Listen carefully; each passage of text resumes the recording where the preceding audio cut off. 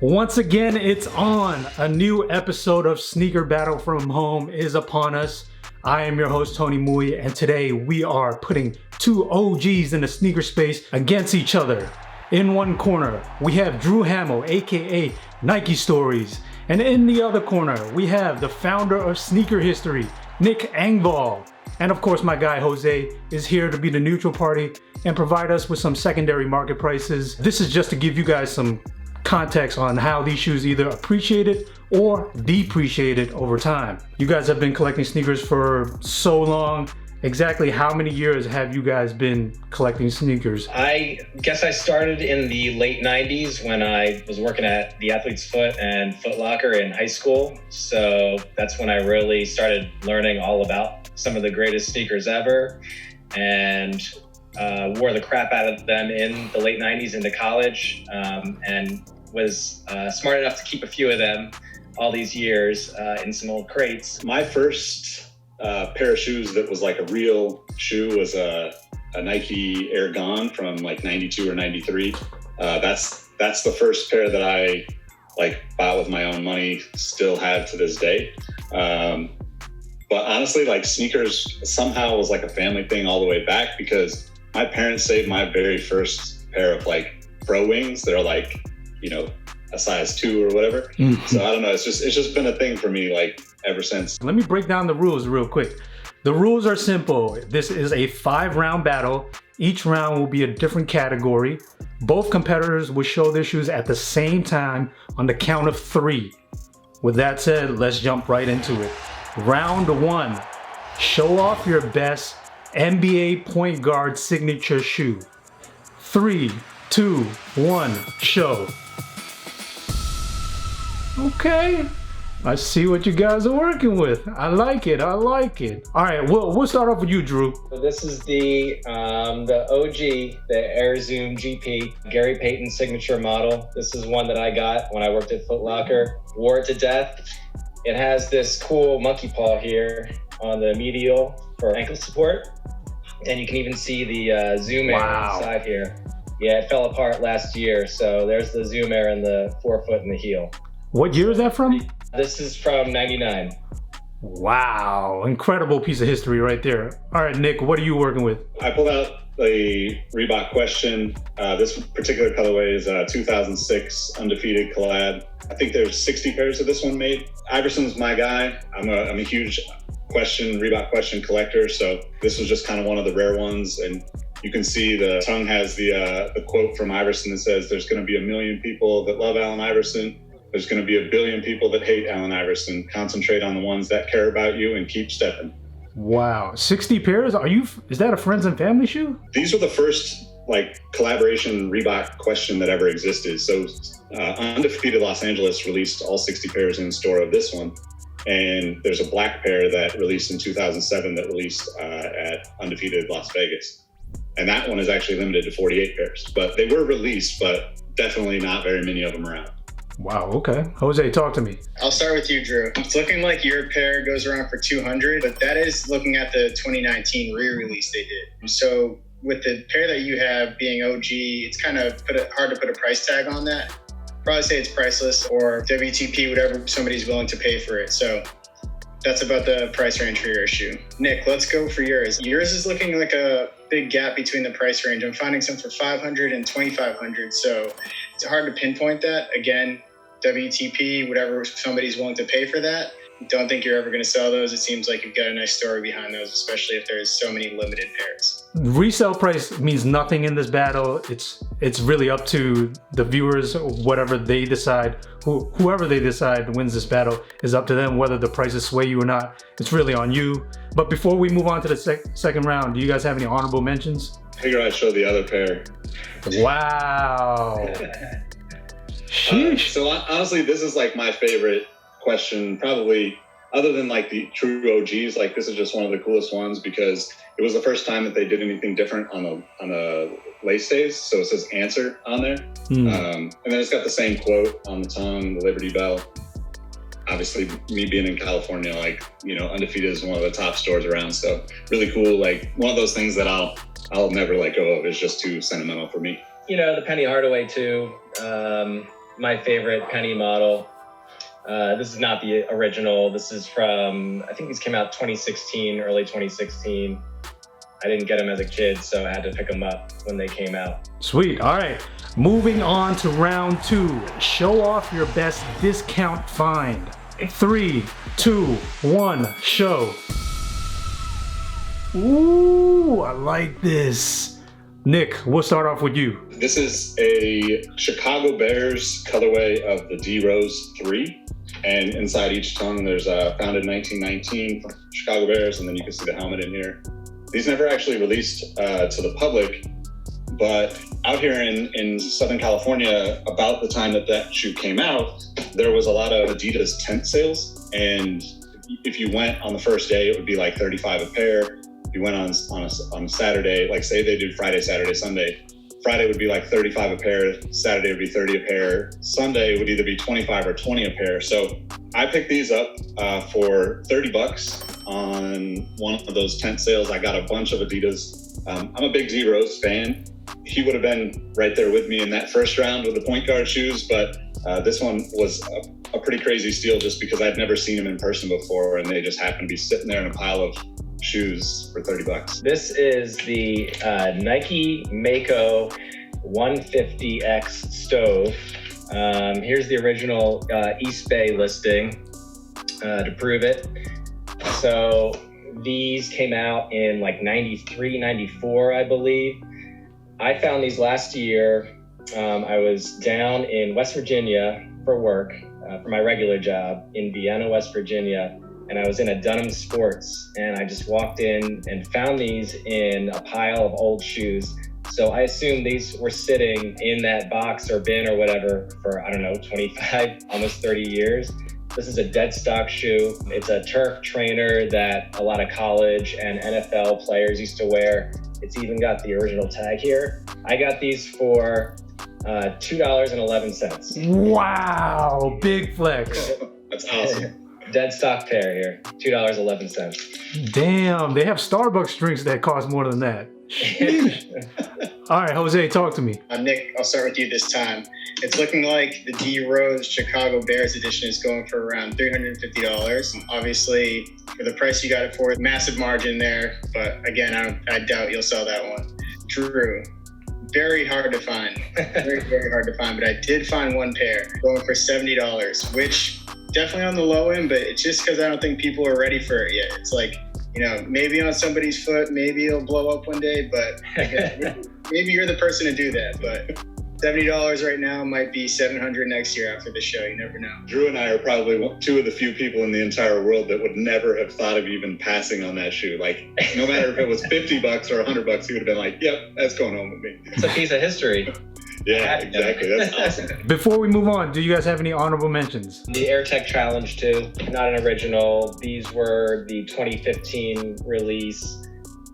Favorite player, Andre Agassi, famous AirTech Challenge 2 that he wore. Got him for $59.99, I believe, on ruvilla.com. So not the most amazing steal, but classic shoe for a really good price. All right, round 3. Show off your best shoe featuring carbon fiber material that is not a Jordan 11. 3, 2, 1, show. Ooh, very different. Drew, let's start off with you. This is the Nike Air Zoom Flight from 95 into 96. Jason Kidd most famously wore them. There was a great Nike phone ad promoting them. Carbon fiber all over the place here, also on the bottom here. This is the release from 2008. I got these at Foot Locker right before I got married, so it was a little wedding present to myself. One of the first shoes to feature Zoom Air, and back then they called it Tensile Air. So it had it in the forefoot and the heel. So they called it a Zoom Flight, but they called the cushioning Tensile Air. Reebok Pump Fury, Insta Pump Fury. I think the original came out in 1994.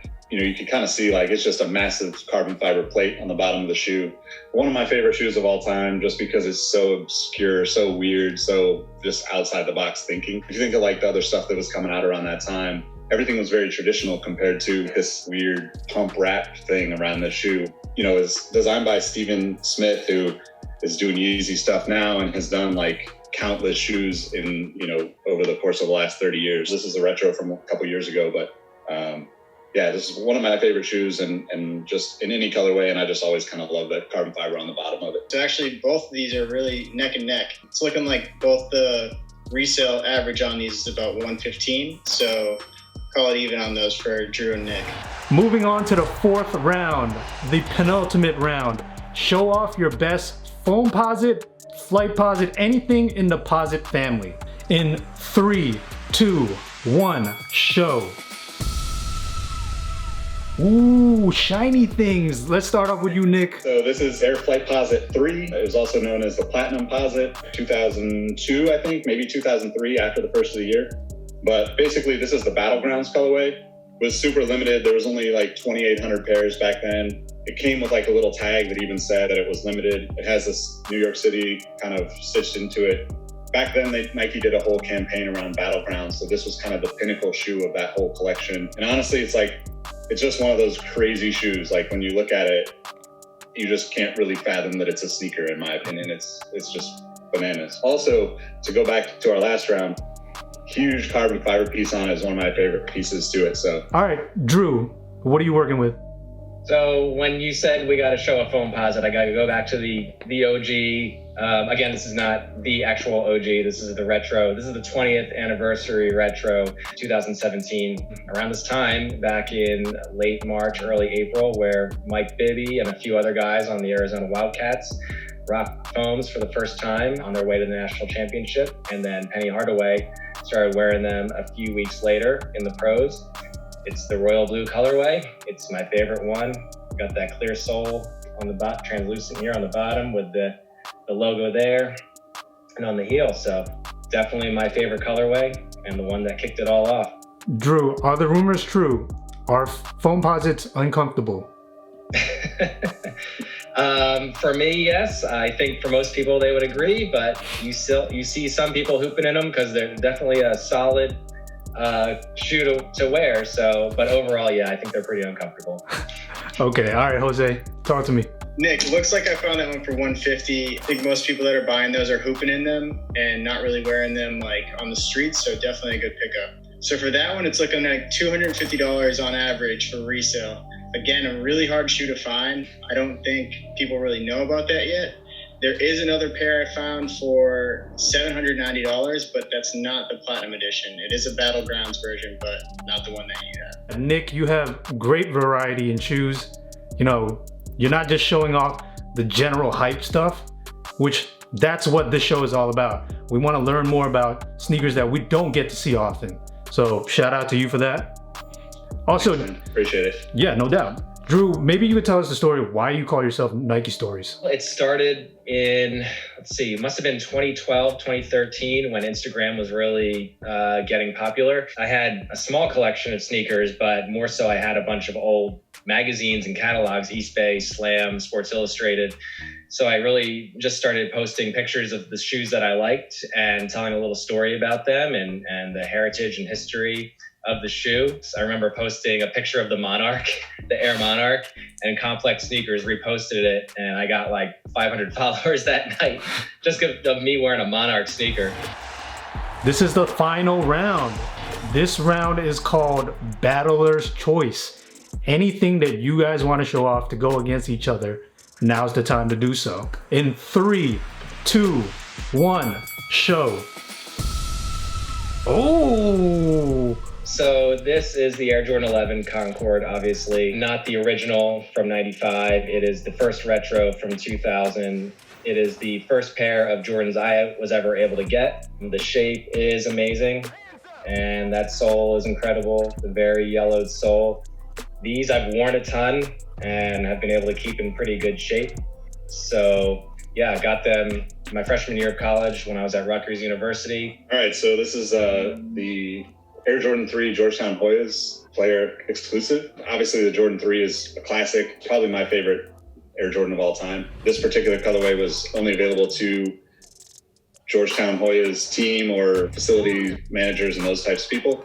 A friend of mine gave these to me about a month ago, and honestly, it's just like wild that I'm even holding them. I know that I'll never get tired of sneakers because I I can pull this out and look at it every week or so, and I'm just in awe that I'm even holding it. So it's kind of like what Drew said with the Concord 11. Like, it just never gets old seeing stuff like that. And then when you see like just the slight twist that exists, to me, it's just like, this is why I love this stuff. Nick, that one would be criminal to sell. I don't think it's online anywhere for any price. So again, that's a priceless shoe right there. Like, if you get that, you hold on to it, give it to your kids, they give it to their kids. It's one of those type of sneakers.